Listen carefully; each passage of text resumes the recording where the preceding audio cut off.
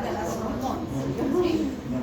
Aquí nos interesa comprender las características bioquímicas de las hormonas, por supuesto su participación en tantos procesos metabólicos importantes, muchos de ellos que ya hemos visto, que hemos aprendido, como siempre analizar la importancia de estas vías metabólicas en los procesos de salud y enfermedad.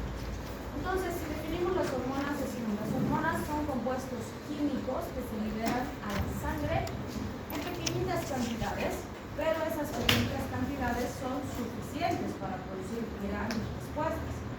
Se van a transportar de donde se liberan con el torrente sanguíneo, hasta sus órganos dianos. El órgano diano, o sitio diano, como también se le conoce, es el sitio donde se va a producir el efecto de la hormona. ¿Sí? También recordar que tenemos dos tipos de glándulas, las endócrinas y las exócrinas, como ustedes han visto en sus otras materias. Algunas de las glándulas endócrinas más importantes que vamos a analizar son la hipófisis, la glándula tiroidea, las paratiroideas, los suprarrenales, la pineal y el hígado. ¿Sí? También recordar que tenemos varios órganos que contienen tejido endocrino, pero no es lo único que contiene. Es decir, aparte del tejido endocrino y producir hormonas, también regulan otras funciones y tienen otro tipo de tejido relacionado a esas otras funciones. ¿Sí? Por ejemplo, el páncreas, los ovarios, los testículos, los riñones, el estómago, el intestino delgado, la piel, el corazón y la placenta. O sea, en todos esos sitios tenemos tejidos endocrinos, pero también regulan otros procesos importantes. ¿Sí? Bien, si hablamos de las funciones del sistema endocrino, sabemos que se encarga de controlar las actividades corporales a través de señalización química o mensajeros químicos, que esos son básicamente las hormonas. ¿Sí? Y sabemos que estos sistemas metabólicos están sumamente integrados y trabajan de forma conjunta, ¿vale? Decir, el hipotálamo estimula la hipófisis y la hipófisis comanda otros sistemas. Por ejemplo, si hablamos del eje hipotálamo hipofisario tiroideo, quiere decir que el hipotálamo regula la hipófisis a la tiroides y la tiroides a las hormonas tiroideas. ¿Sí? Por lo tanto, tenemos sistemas de retroalimentación negativa y sistemas de retroalimentación positiva, como han aprendido en fisiología, que se encargan de regular cuándo se libera más hormona, cuándo se deja de liberar la hormona, dependiendo de las necesidades del organismo. ¿Sí? Y lo mismo va para todo lo que está comandado por hormonas, como la lactancia, el ciclo reproductivo, la función renal, la función ósea, etcétera, etcétera. Entonces, son sistemas altamente complejos e integrados que permiten el funcionamiento de las personas todos los días. ¿Sí? ¿Qué debemos considerar? Que la alteración de cualquiera de estos elementos va a producir enfermedades. Entonces, tenemos muchas enfermedades ligadas o relacionadas a las hormonas. ¿Sí? Sin ir lejos, por ejemplo, si habláramos de la hormona tiroidea o de la glándula tiroidea que produce hormonas tiroideas, ¿qué patologías se conocen en relación a ese sistema? El hipotiroidismo y el hipertiroidismo. Fíjense qué ha pasado. En el hiper hay exceso de actividad tiroidea y en el hipo, deficiencia de actividad tiroidea. Ambos extremos son patológicos, tienen que estar dentro de un rango normal al que llamamos homeostasis. ¿Sí? Muy bien. También es importante considerar que cuando hablamos de las glándulas exócrinas, estas están provistas de conductos que les permiten secretar sus hormonas hacia una superficie libre. Y dentro de las glándulas exócrinas se ha visto una clasificación importante y se las ha dividido en orocrinas, merocrinas y apocrinas. ¿Cuál es la diferencia entre una y otra? O sea, todos tienen en común que van a liberar sus hormonas, pero la diferencia va a ser el cómo liberan esas hormonas. Entonces, fíjense, en el caso de las orocrinas, ¿sí? Vamos a tener que para liberar la hormona, la célula que ha producido la hormona tiene que ser completamente pueden usar como mnemotécnico. El holocausto, ¿sí?, hace referencia a destrucción, ¿sí? Entonces las holocrinas son las más destructivas. ¿Por qué? Porque la célula se va a destruir completamente y así va a liberar su contenido. Y se tiene que restituir una nueva célula, otra célula nuevita se tiene que producir para que reemplace a esa que se ha destruido completamente, ¿sí? Bien, las apocrinas serían, si quieren, también destructivas, pero no tan destructivas. ¿A qué se refiere esta? Que va a perder un pedacito, ¿sí? Entonces la célula productora va a producir su hormonita, la va a tener ahí acumulada, y cuando tenga que liberar la hormona va a generar un pellizcamiento de la célula y va a romper un pedazo de la célula para liberar la hormona, ¿sí? Va a producir un proceso de exocitosis.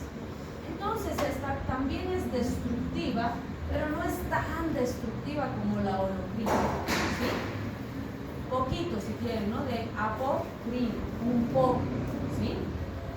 En cambio, la merocrina, les digo, es intermedia, pueden ser la mitad, ni tan destructiva ni tampoco destructiva, vale decir, las merocrinas, la celulita permanece sana, ¿sí? Va a producir la hormona, la va a almacenar, y cuando tenga que liberarla simplemente va a soltar la hormona y la célula productora no va a sufrir ningún daño en la liberación, ¿sí? Entonces, fíjense, muy destructiva, nada destructiva y un poquito destructiva, por decirlo así, ¿sí? Pero en todos los casos, pues la hormona liberada va a ir a actuar en su sitio diana específico y nos va a producir el efecto que necesitamos. Algunas que podríamos mencionar que trabajan de esta forma son las glándulas sudoríparas, sebáceas, salivales, glándulas enzimáticas de la pared del estómago y en el intestino varias de las que trabajan en los procesos digestivos, ¿sí? Muy bien, vamos a ver que cuando hablamos de la secreción de las hormonas, la naturaleza química de las hormonas varía de forma significativa y eso también tiene un impacto en su funcionamiento y por supuesto en su síntesis. Por ejemplo, cuando hablamos de adrenalina, noradrenalina, estas son aminas, por eso es que decimos son catecolaminas. Cuando hablemos de estas del sistema simpático, vamos a decir funciona con catecolaminas. ¿Por qué? Porque tienen grupos aminos en su estructura química, ¿sí? Entonces son en general de base proteica o tienen aminoácidos como fuentes estructurales, ¿sí? Bien, la insulina, la oxitocina, fíjense, son de naturaleza proteica completa, suelen ser péptidos, polipéptidos o proteínas mismas. La progesterona, la testosterona son sustancias esteroideas, vale decir, tienen una composición más lipídica. De ahí que vamos a ver que, por ejemplo, si no tuviéramos cantidad adecuada de colesterol, podría haber deficiencia de producción de estas hormonas, ¿no? Entonces, vean, cada una tiene particularidades diferentes y eso también nos ayuda a entender por qué puede haber deficiencia de una y de otra no, porque sus orígenes son diferentes, ¿sí? Bien, las hormonas en general, todos los complejos hormonales que tenemos, que son un montón, buscan mantener la homeostasis o equilibrio fisiológico del organismo. ¿Qué quiere decir esto? Que todas van a trabajar y se van a liberar cuando las necesitamos. Como decíamos en algún momento, no pasa que, por decir, la insulina, que es una hormona, esté liberándose todo el día. No, va a variar, va a oscilar la cantidad de liberación en el día dependiendo de mis necesidades. Si he comido una cantidad importante de carbohidratos, por ejemplo, y necesito controlar mi glicemia, ¡plum!, se va a liberar un pulso masivo de insulina para controlar ese nivel. Pero si estoy en ayunas, no, pues no se va a liberar insulina, porque no tengo glucosa para procesar. ¿Qué se liberará? Glucagón. ¿Y qué va a hacer el glucagón? ¿Qué va a hacer? ¿Va a almacenar? ¿Así? ¿Va a almacenar? ¿Glucógeno va a almacenar? Entonces, ¿qué va a hacer? ¿Qué? ¿Qué dice? ¿Por qué se lo dan así?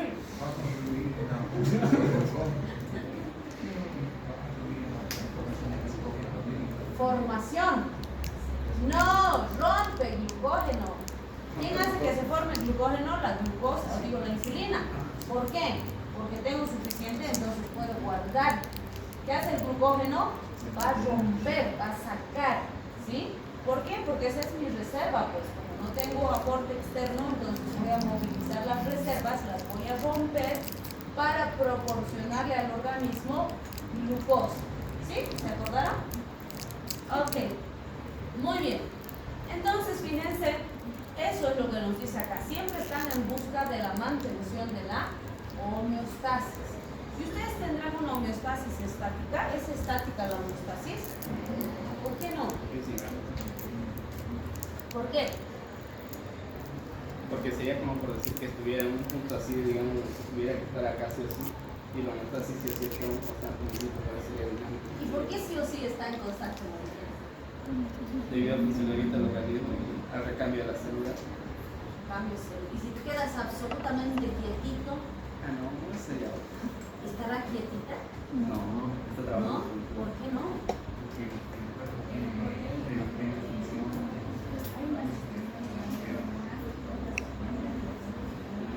¿Y por qué? Por el ATP. Porque ustedes se mueven, pues. O están así quietos como planta. Aunque estuviéramos quietos como planta, igual se va a producir metabolismo.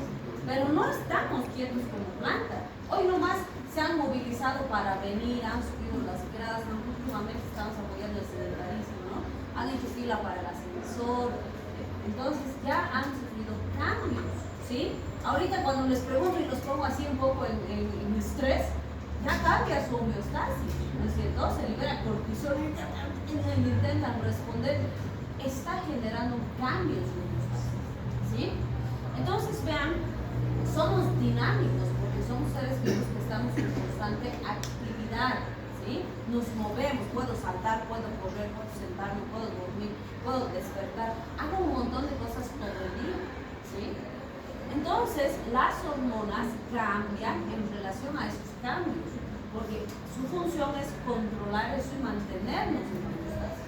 Si yo agarro y le digo, por ejemplo, ya, Abraham, explica el tema, y lo saco a Abraham, ¿qué le va a pasar a Abraham? Un paro de...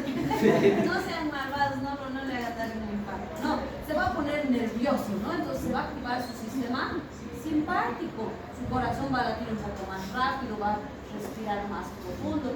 Pero eso es un cambio homeostático, porque su cuerpo se está listando para responder a una situación de estrés, ¿no es cierto? Y les digo, no, mentira, sentate nomás tranquilo.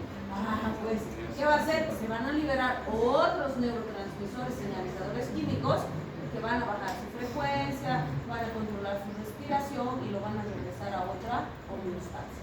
¿Se dan cuenta? ¿Pero estaba enfermo el Abraham? No. Toda esa respuesta y ese cambio, subir y bajar, es fisiológico, ¿sí? Entonces, todos los días, en distintas situaciones, nuestro organismo hace eso. Sube y baja los parámetros en base a la homeostasis, ¿sí? Bien. Fíjense, las células productoras de hormonas regulan la cantidad y la duración y la liberación de esas hormonas, o determinan cuánto se libera y por cuánto tiempo en base a las necesidades que tenemos, ¿sí? La secreción es rigurosamente controlada para evitar el exceso. ¿Se acuerdan que cuando hablábamos de vitaminas ya decíamos los rangos? ¿Sí? ¿Qué pasa si está por encima del rango? Son tóxicas. Y si son hormonas,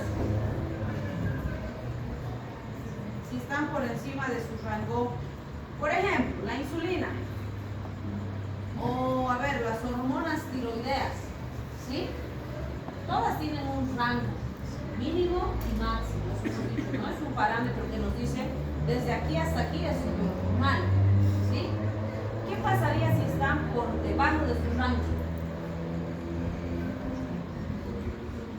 Entramos en deficiencia, y si están por encima, también entramos en exceso, ¿sí? Entonces, fíjense, si nos salimos del rango, es patológico, ¿sí?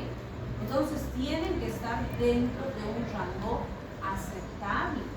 Y para cada hormona que vamos a ver, existe un nivel determinado y aceptado como normal, ¿sí? Entonces, es muy importante eso porque gracias al laboratorio vamos a poder cuantificar y determinar si el paciente está con un rango normal o existe alguna alteración por ahí, ¿sí? Bien, las hormonas van a influir sobre las distintas funciones celulares, como estamos diciendo, alterando el ritmo de procesos bioquímicos. ¿Será que las hormonas pueden aumentar la producción de ATP, por ejemplo? Aumentar la producción de calcio. Acá se producimos calcio. Aumentar la reabsorción de calcio. Ahí sí, ¿no? Bien, entonces sí, muchas cosas están comandadas por señalización química. La concentración de las hormonas en nuestro torrente sanguíneo depende de su tasa de secreción y el ritmo al que se inactiva en el torrente sanguíneo. O sea, como son sustancias químicas, una vez que se liberan, también se tienen que destruir, ¿sí? Para que finalice su acción. No hay hormonas que tengan que estar todo el día estimulando y produciendo una acción, no. Igual que los neurotransmisores, se liberan, cumplen una función y después se tienen que destruir, ¿sí? Bien, vamos a empezar viendo al hipotálamo. El hipotálamo vamos a decir que es una parte importante del encéfalo que contiene células nerviosas especializadas llamadas células neurosecretoras, ¿sí? Sintetiza y almacena y libera hormonas cuando es estimulada a nivel central y el hipotálamo controla la liberación de hormonas de la hipófisis. Siempre les digo, es como si el hipotálamo fuera el jefe de la hipófisis y la hipófisis es la jefa de varios otros sistemas hormonales, ¿sí? Es como, a ver, digamos que el hipotálamo es el rector y la hipófisis es la doctorita más y los docentes somos el resto de las más o menos así la jerarquía funciona, ¿sí? Entonces, fíjense, los jefes por eso los tienen que comandar. Entonces, fíjense, la hipófisis o glándula pituitaria también se le conoce como glándula maestra. Entonces la glándula maestra va a comandar a las otras glándulas, les va a decir qué hacer, cómo hacer, cuándo activarse, cuándo inactivarse, cuándo secretar sus hormonas, cuándo descansar. Entonces la hipófisis es sumamente importante para el control hormonal del organismo, ¿sí?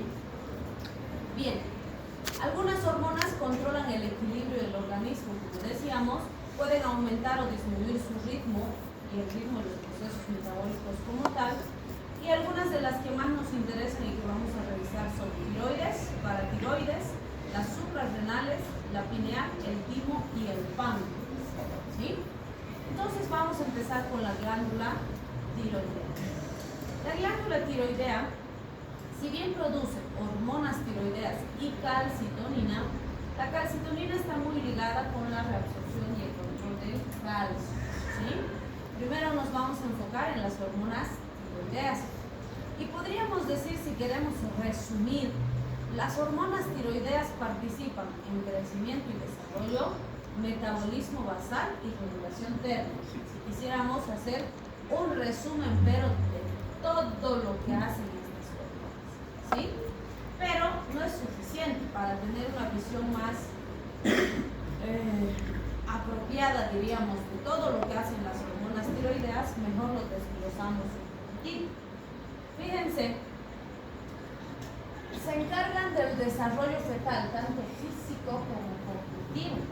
Han debido escuchar, por ejemplo, que es fundamental que la mamá embarazada tenga niveles adecuados de hormonas tiroideas durante la gestación.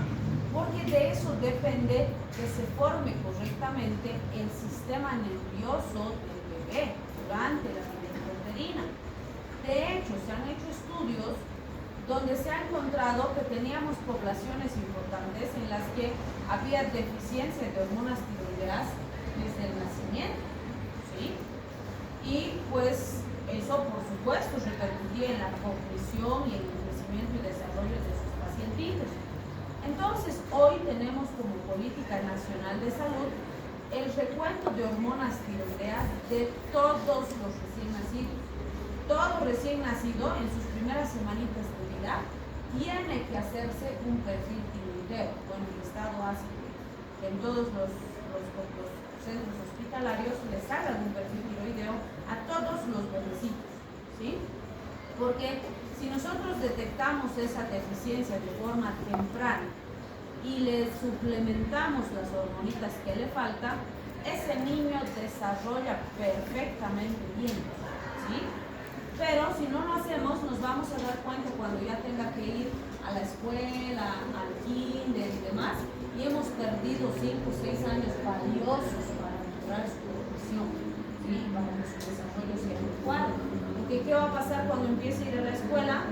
No va a poder aprender, va a tener dificultad, no va a poder avanzar y van a decir, este niño no sabe, no puede, es tonto, que no sé qué, como les decían antes, y no, resulta que no es tonto el niño, sino que tiene una deficiencia pues de hormonas, ¿sí? Entonces, las hormonas tiroideas son sumamente importantes para eso, ¿sí?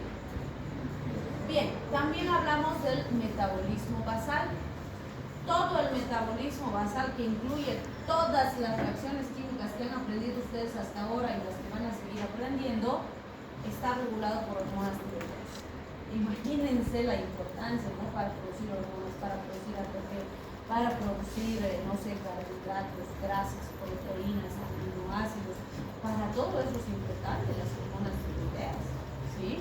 Por eso es que el paciente hipotiroideo tiene tanta deficiencia funcional y está siempre con sueño, se cansa rapidito, está fastidiadito, si es que no hacemos un buen control de sus hormonas, ¿sí? Bien, la temperatura corporal también es regulada por las hormonas tiroideas. De hecho, fíjense, algo característico del paciente hipotiroideo que es intolerancia al frío. No se puede calentar, se pone mucha chompa, chalina, chulo, qué sé yo, y le sigue haciendo frío porque su termorregulación es deficiente, ¿sí? Bien, también fíjense, controla la frecuencia y la contractilidad del corazón. Por eso es que los hipotiroideos suelen tener bradicardia, hipotensión, y eso compromete la irrigación periférica, por supuesto. También regula la vasodilatación a nivel periférico, la producción de la masa eritrocitaria y del volumen circulatorio, los estímulos respiratorios. A nivel de los nervios periféricos reflejos, también controla los reflejos de sensibilidad, la percepción periférica, las enzimas metabólicas a nivel hepático que regulan muchos elementos, proteínas, factores de coagulación, inmunoglobulinas y demás. Recambio óseo, por eso es que puede haber deficiencia en la formación de huesos, tuberosis y otras complicaciones por no hay alteraciones tiroideas. Y por supuesto, regula la piel y los tejidos blandos o blancos. Vale decir, la formación de piel, la regeneración de la piel, las uñas, el cabello, las pestañas, las cejas. O sea, es común que los pacientes hipotiroideos, por ejemplo, se les caiga el pelo, se les quebraje la pielecita, las uñitas se rompen con más facilidad. Todas esas alteraciones se pueden producir cuando hay un déficit de hormonas tiroideas, ¿sí? Entonces, vean, hemos solo desglosado un poquito los 3 elementos básicos que hemos descrito, ¿sí? ¿Quieren descansar un poquito? ¿Por qué están tan cansados? Es lunes. Ayer salía de pachanga. Ya, 5 minutitos de descanso. ¿Quién plantea el eje hipotálamo hipofisario tiroideo? ¿Sí? Como hemos dicho, el hipotálamo comanda la hipófisis y la hipófisis, en este caso, a la glándula tiroidea, para que ésta pueda liberar las hormonas tiroideas. Entonces, ¿qué ocurre en condiciones normales? A nivel de corazón y los grandes vasos, está constantemente monitorizándose y detectando los niveles de hormonas tiroideas que están libres. Si estos detectan que hay pocas hormonas tiroideas o no hay suficientes hormonas tiroideas, entonces le mandan esa información al hipotálamo y a la hipófisis. El hipotálamo activa mecanismos de respuesta estimulando a la hipófisis para activarse, pero al mismo tiempo, como la hipófisis también ha recibido la misma información, ya se activa con anterioridad y refuerza su activación con el estímulo del hipotálamo. Entonces la hipófisis libera la hormona estimulante de tiroides, que va a la glándula tiroidea y la estimula para que empiece a liberar hormonas tiroideas. La tiroides va a liberar T3 y T4. Pregunta, ¿cuál es la que es fisiológicamente activa?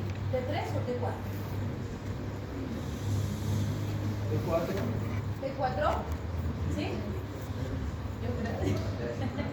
T4 es la que es fisiológicamente activa, ¿sí? La T3, mentirosos. La T3 es la que es fisiológicamente activa, la T4 es inactiva. La T4 tiene que convertirse en T3 para poder actuar. ¿Se acordaron? ¿Sí? Entonces, fíjense, nos dice se libera T3 y T4 en una relación de 5:1. ¿Cuál creen que se libera en mayor cantidad? ¿T3 o T4? ¿T4? ¿Por qué? Muy bien, porque si se liberaran grandes cantidades de T3 al principio, se produciría una descompensación y un exceso de actividad tiroidea, porque esa sale y ¡boom! Empieza a actuar, ¿sí? En cambio, T4 se libera y poco a poco se va transformando a nivel del hígado, ¿sí? En un proceso conocido como deyodación, o si quieren, desyodación. Que fíjense, básicamente le estoy quitando un yodo a la T4 para que se convierta en T3, ¿sí? Y esa T3 va a ir a estimular los órganos ya, ¿sí? Entonces, ¿qué va a pasar? Normalmente tenemos esta globulina fijadora de tiroxina. ¿Qué es la globulina fijadora de tiroxina? Una proteína, ¿sí? Que se encarga de transportar a las hormonas tiroideas. Es similar a la albúmina, ¿sí? Es una proteína transportadora, pero es específica para las hormonas tiroideas. Y fíjense, aproximadamente el 99% de las hormonas tiroideas se va a unir a esa globulina y solamente va a haber 1% libre, ¿sí? ¿Qué opinan de ese 1%? ¿Es mucho, es poco, es suficiente, es insuficiente?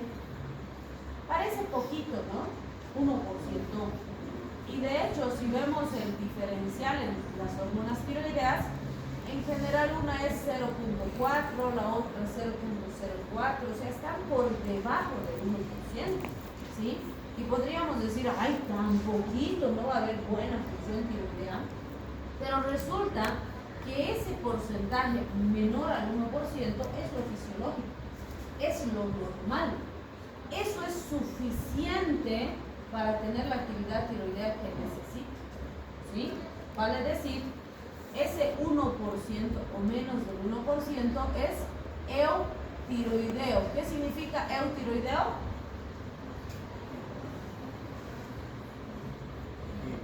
No conocen el término. Eutiroideo, eutóxico. Bueno, no es de organismo. En prefijo de varios términos hace referencia a normal, ¿sí? Eutiroideo quiere decir nivel tiroideo normal. Si no es eutiroideo, puede ser hipotiroideo o hipertiroideo, ¿sí? Por ejemplo, cuando hablen de parto en ginecobstetricia van a decir parto eutóxico, cuando es un parto normal, y cuando es complicado con alguna alteración van a decir parto distóxico, ¿sí? Entonces, ese prefijo eo en muchos términos médicos hace referencia a normal, ¿sí? Muy bien. Entonces, fíjense, esta regulación hormonal es sumamente importante y nos va a ayudar a entenderla mejor esta vía metabólica. Sí van a encontrar vías un poquito más complejas, con algunos pasos más, con algunas enzimas más, está bien, pero esta es la más básica y sencilla que les he planteado para que la aprendan. Esto es lo mínimo que tienen que saber y entender del metabolismo de las hormonas tiroideas. Si saben más, está excelente, está muy bien, pero menos no pueden saber menos. ¿Sí? Bien, entonces fíjense, me dice, lo primero que tiene que ocurrir para que yo pueda sintetizar en mi glándula tiroidea hormonas tiroideas es que debo captar yodo. ¿Sí? ¿Por qué? Nosotros sintetizamos yodo, producimos yodo, no producimos yodo. Entonces, ¿de dónde obtenemos el yodo? De la dieta. De la sal. O sea, el cloruro de sodio, ¿dónde tiene? Pues yodo. Porque la sal es así, ¿no ve? ¿Cómo es? NaCl, ¿no ve? Cloruro de sodio. ¿A dónde hay yodo? Me están tomando el pelo, ustedes como que en la sal.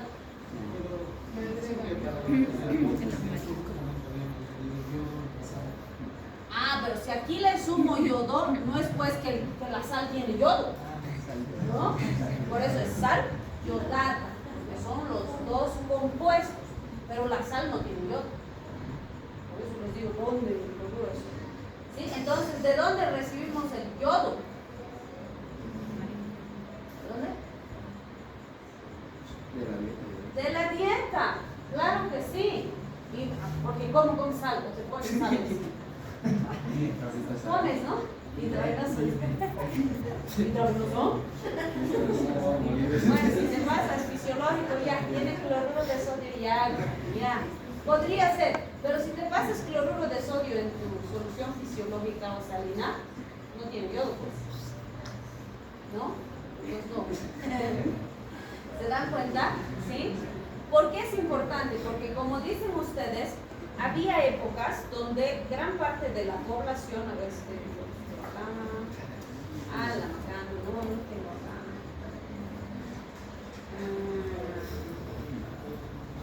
Pues ¿dónde está?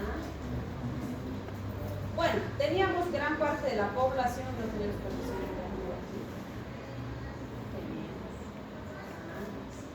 gran parte de nuestra población tenía bocio. Habían comunidades completas donde todos tenían bocio. ¿Y qué es el bocio?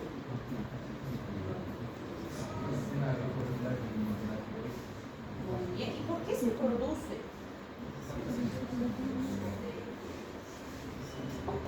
¿Y por qué? Pero la falta de yodo hace que crezca tu glándula.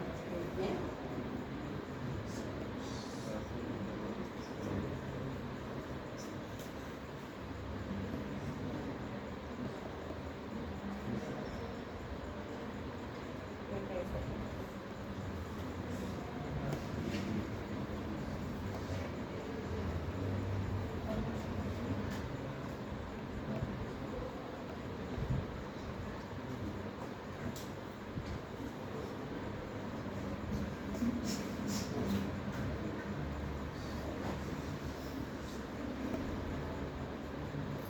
Ahí tenemos, fíjense. Entonces, ese es el bocio, ¿no? Que fíjense, teníamos comunidades que más del 80% de la población tenía bocio. ¿Sí? ¿Cómo? Claro, por supuesto. Si ves acá, bueno, se ve un poquito agrandado su cuellito, así como un poquito abombado, pero no se ve como que está monstruoso, ¿no? Y pues acá también, pero no está tan grande como este. Entonces, ciertamente, sí tenemos un crecimiento anómalo de la glándula. Si se fijan acá, en teoría lo que está rosadito sería la glandulita y lo que está en celeste alrededor es lo que ha crecido, ¿sí? Que no debería estar ahí y eso va a generar un aumento de volumen en la glándula tiroidea. Entonces, la pregunta es, ¿por qué han decidido yodar la sal?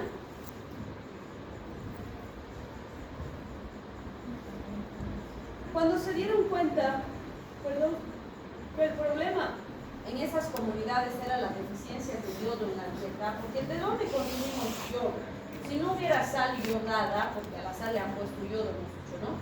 Antes, cuando no había sal yodada, ¿de dónde obteníamos yodo si es de la dieta? ¿Qué tendríamos que comer para tener yodo en la dieta? En general, pescado, mariscos, ¿no es cierto? ¿Y ustedes comen mucho marisco o mucho pescado? ¿Cuándo ha sido la última vez que han comido? Semana Santa que ha pasado. Pero si no hubiera sido Semana Santa, antes de la Semana Santa, ¿cuándo fue la última vez que comieron pescado o marisco? Sí. ¿Esta mañana? Entonces, fíjense, no es algo que sea muy común en nuestra dieta. ¿Y por qué? ¿Por qué no comemos mariscos todos los días? ¿Y por qué es caro?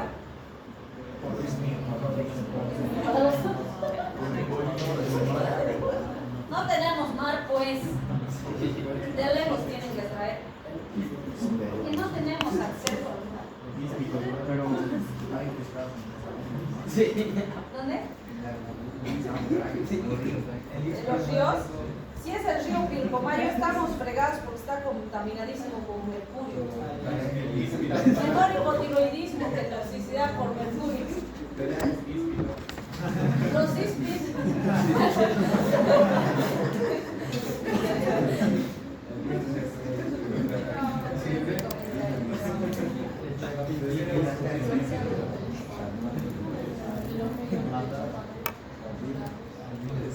Sí tenemos criaderos de truchas, por ejemplo, ¿no? Que han crecido bastante en el trópico y demás. Los que están en criadero en teoría están sanos, ¿no? En los ríos muchas no sabemos. Porque no se olviden que todos los desechos del narcotráfico ahí sí te lo botan, ¿no? Entonces, nuestros ríos están bastante contaminados. Así que no sabemos. Pero bueno, a pesar de que el trópico no es tan lejos, no comemos pescado habitualmente o mariscos, digamos, todos los días. Mentira que comemos todos los días, o por lo menos cada semana, una o dos veces. Difícil, la mayoría de nuestra población no. Entonces, más aún en esas comunidades donde había estas deficiencias, la base de su alimentación era carbohidratos, papa, choclo, mote. Ni siquiera era común o habitual que consuman carne, ¿sí? Entonces, peor pescado, pues, ¿sí? Entonces, eso determinaba la deficiencia. Dijeron, bueno, todos consumen sal todos los días, salmente, ¿sí? Y la cantidad que necesitamos de yodo, como vamos a ver más adelante, es pequeña, son más o menos 150 microgramos por día, o sea, es un poquitito, ¿sí? Dijeron, ok, con lo que comen de sal, aunque coman poca sal, más sal, qué sé yo, va a ser suficiente para evitar la deficiencia. Y por eso introdujeron el yodo a la sal, que es un uso común, y así lograron solucionar el problema. Y hoy en día no tenemos comunidades con porcentajes tan altos de yodo, ¿sí? Sin embargo, ¿cuál es el problema? Si han visto hace en plena pandemia, todo va a pasar en pandemia, pero seguro que pasaba mucho antes de pandemia. Clausuraron dos fábricas clandestinas, bueno, ni eran tan clandestinas, eran fábricas con toda su documentación al día, pero las clausuraron porque producían sal yodada sin yodo. Así que en la bolsita dice sal yodada, pero no tiene yodo. ¿Se dan cuenta? El atentado a la salud pública de esas fábricas sin vergüenzas. Pero eso tenemos pues en el medio, ¿sí? Y de hecho, siempre aprovechamos esto para que vean la importancia del aporte dietético. Sabemos que estos últimos años, ya llevamos bastantes años, tenemos migración de población de Brasil, de Perú, de Chile, que se vienen a estudiar a Bolivia, sobre todo medicina, ¿no? Es la carrera con más extranjeros, vamos a decir. Entonces, mucha de esa población es costera, o en sus países vivían en zonas donde su dieta tenía un aporte mayor de mariscos, pescado y demás por la cercanía pues al mar, ¿sí? Entonces, los niveles de yodo con los que esos pobladores han crecido es mucho más alto que el que consumimos acá. Cuando vienen aquí, aunque quisieran, no pueden comer mucho marisco, pescado y demás, porque no hay. Entonces han empezado a debutar estos pobladores con hipotiroidismo y no tienen un defecto funcional de la glándula tiroidea. El único cambio es la dieta, porque nuestra sal yodada, comparando con lo que ellos comían en sus países, no es suficiente aporte de yodo como el que está acostumbrado su organismo, ¿sí? Entonces fíjense, por ejemplo, a ellos no necesitamos darle fármacos, lo único que necesitamos es mejorar el aporte de yodo en su dieta. ¿Cómo lo hacemos? Cambiándoles de sal. Les decimos que en vez de consumir la sal común, coman o consuman sal marina. La sal marina es más rosada, se vende en los supermercados, ¿no? Antes llegaba poquito, teníamos solo la Lorenzo y la sal marina, que se llama así, pero llegaba poquito a pocos supermercados. Pero hoy en día tú vas a cualquier supermercado y encuentras un montón de sal rosada, ¿sí? ¿Por qué es rosada? Porque tiene más yodo. Entonces cambian de sal y ya está. ¿Listo? No necesitan fármacos y se estabiliza su función tiroidea, ¿sí? Entonces vean cómo es importantísimo ese aporte dietético. Bien, ese yodo que nosotros recibimos en la dieta, vamos a captarlo en el torrente sanguíneo como yoduro. ¿Qué se llama ese paso para la célula tiroidea? Captación de yoduros, ¿sí? ¿Por qué esto es importante? Recuerden que nosotros a nivel de la glándula tiroidea tenemos folículos tiroideos y están rodeados así por células tiroideas, o sea, cada una de estas es una célula tiroidea y todas confluyen sus productos al folículo, a la luz del folículo, que aquí sería como un conductillo donde se van a almacenar las hormonas tiroideas, ¿sí? Entonces, esta captación de yodo va a ser de aquí afuera y cada celulita tiroidea va a captar yodo, ¿sí? ¿Cómo se llama ese proceso? Captación de yodo. Fácil, ¿no? Entonces, primero se produce la captación de yoduro. Una vez que el yoduro entra a la célula tiroidea, esta enzima es fundamental, se llama peroxidasa tiroidea. En algunos libros la van a encontrar como yodo peroxidasa. Es la misma enzima, ¿sí? Entonces, fíjense, la yodo peroxidasa o la peroxidasa tiroidea tiene dos funciones sumamente importantes. La primera, ¿sí?, es producir la organificación de yoduros. ¿Qué es la organificación de yoduros? Básicamente la síntesis de las hormonas tiroideas, ¿sí? Entonces, ¿qué pasa con la organificación de yoduros? Voy a agarrar tirosina, que es un aminoácido que lo hemos visto y hemos mencionado cuando hemos hablado de su síntesis, que se usa para sintetizar hormonas tiroideas, ¿se acuerdan? Entonces, agarro la tirosina y a la tirosina le voy a ensamblar yodo, ¿sí? Entonces, tirosina, le pongo un yodo, es mix, o monoyodo tirosina o tironina. Y le pongo 2 yodos y va a ser diyodo tirosina, ¿sí? Le pongo 3 yodos que va a ser triyodo tironina o tirosina. Y le pongo 4 yodos y va a ser tetrayodo tirosina o también conocida como tiroxina, T4, ¿sí? Entonces, fíjense, esta peroxidasa tiroidea me va a permitir sintetizar T1, T2, T3, T4. Si se dan cuenta, el nombre T1, T2, T3, T4 hace referencia al número de yodos. T1 porque tiene un yodo con tirosina, T2 porque tiene 2, T3 porque tiene 3 y T4 porque tiene 4 yodos, ¿sí? Y si se dan cuenta, cuando la T4 en el hígado se convierte en T3, ¿qué hacemos? Le quitamos un yodo. Ya está, se volvió T3, ¿sí? Facilito, ¿no es cierto? Entonces, fíjense, acá se van a sintetizar un montón de hormonas tiroideas, T1, T2, T3 y T4, y se las va a empaquetar en la tiroglobulina. La tiroglobulina es una molécula grande que confluye gran cantidad de hormonas tiroideas. Es como si las empaqueto y ahí las tengo guardadas. Es como el glucógeno. En el glucógeno que hago, empaqueto glucosa. ¿Ves? Glucosa. La tiroglobulina empaqueta T1, T2, T3, T4, T1, T2, T3, T4. Montón de hormonas tiroideas. ¿Sí? ¿Para qué las empaqueto? Para guardarlas.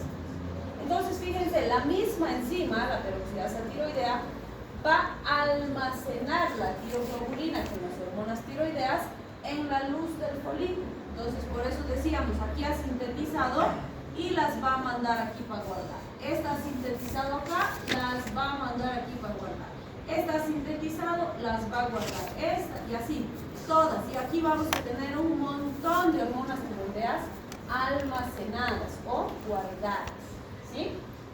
Ahora, cuando necesito hormonas tiroideas, como hemos visto acá, le ha mandado la señal y le ha dicho, che, no hay suficientes hormonas tiroideas, libera, ¿sí? Entonces se activa el sistema y la tiroides entonces activa aquí la endocitosis. ¿Qué va a pasar?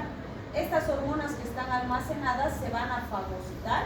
Vamos a agarrar un pedacito de membrana y las vamos a volver a meter, o sea, de aquí del folículo va a volver a la célula tiroidea. ¿Sí? De la célula tiroidea o en la célula tiroidea se va a formar el fagolisosoma. Recuerden que los lisosomas rompen enlaces. ¿Sí? Entonces, como ha fagocitado el lisosoma a ese paquete de hormonas tiroideas, ¿qué va a hacer? Va a romper y fragmentar los enlaces para separar T1, T2, T3, T4, las va a separar, ¿sí? ¿Para qué? Para que T3 y T4 se liberen hacia la periferia y T1 y T2 se recuperen para nueva síntesis, ¿sí? Entonces ahí vamos a tener unas que van a regresar aquí para la síntesis y otras que van a ir al torrente sanguíneo para cumplir la función tiroidea. ¿Cuáles se van a liberar? T3 y T4. ¿Sí? Entonces, ahora que tenemos estas hormonas tiroideas liberadas hacia el plasma, van a ser transportadas hasta su sitio diana, donde van a cumplir su función específica. ¿Sí? ¿Está clara? Esa es la síntesis de hormonas tiroideas. ¿Está claro? ¿Para qué necesito saber esto? Porque ahí voy a poder entender cómo puedo ayudar a un paciente con hipotiroidismo y a un paciente con hipertiroidismo. ¿Sí? Muy bien. Entonces acá tenemos un resumen del metabolismo y me dice, las hormonas tiroideas se van a liberar al torrente circulatorio, hemos dicho que T3 y T4. Fíjense, T4 de 70 a 90 microgramos por día y T3 de 15 a 30 microgramos por día. Como hemos dicho, se va a liberar más T4 que T3. ¿Por qué? Porque T3 es la fisiológicamente activa y si se liberara mucho de golpe, el paciente se descompensa. En cambio, si es T4, poco a poco se va a ir convirtiendo en T3 y va a mantener la función tiroidea, pero sin que el paciente se esté descompensando. ¿Sí? Bien, vamos a ver que la transformación, como ya habíamos visto en el gráfico, es gracias a esta enzima, la 5-deiodinasa o 5-desiodinasa. Esta enzima en el hígado va a transformar la T4 en T3. ¿Sí? Ahora, ¿por qué nos interesa esa enzima también? Porque hay fármacos como el propiltiuracilo que inhiben la deiodación. ¿Qué pasaría en el paciente si yo evito que la T4 se vuelva T3?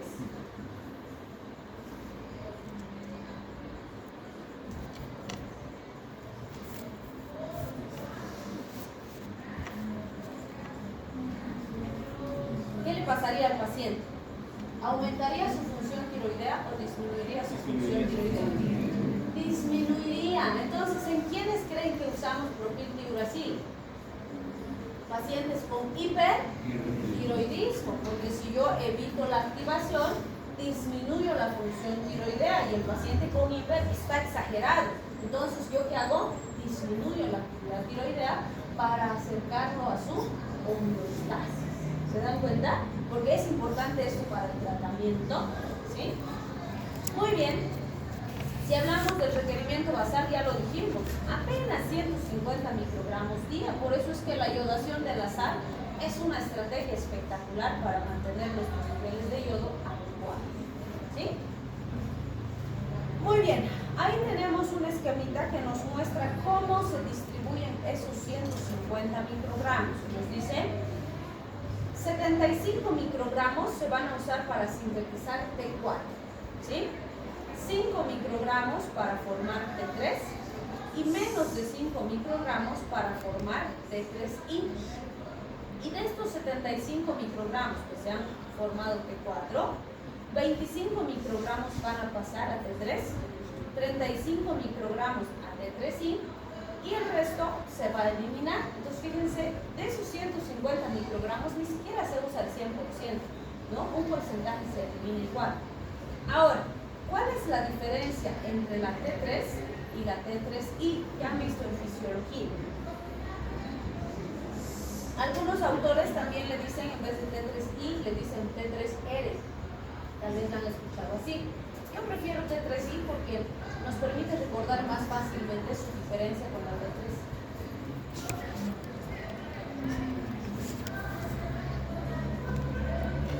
La T3I es inactiva.